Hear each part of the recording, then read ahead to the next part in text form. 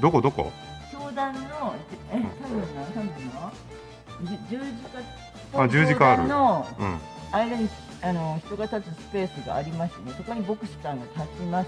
あ、壇上みたいな、段が、なんだ、机みたいなやつの後ろになんか立つのがあるってこと？多分ね、人が立つスペースあると思う。で、その教団みたいな手前に新郎新婦が立って、向かい合いの牧師さんの問いに答えのいうやつですね。今ので分かった人？わかると思うよ。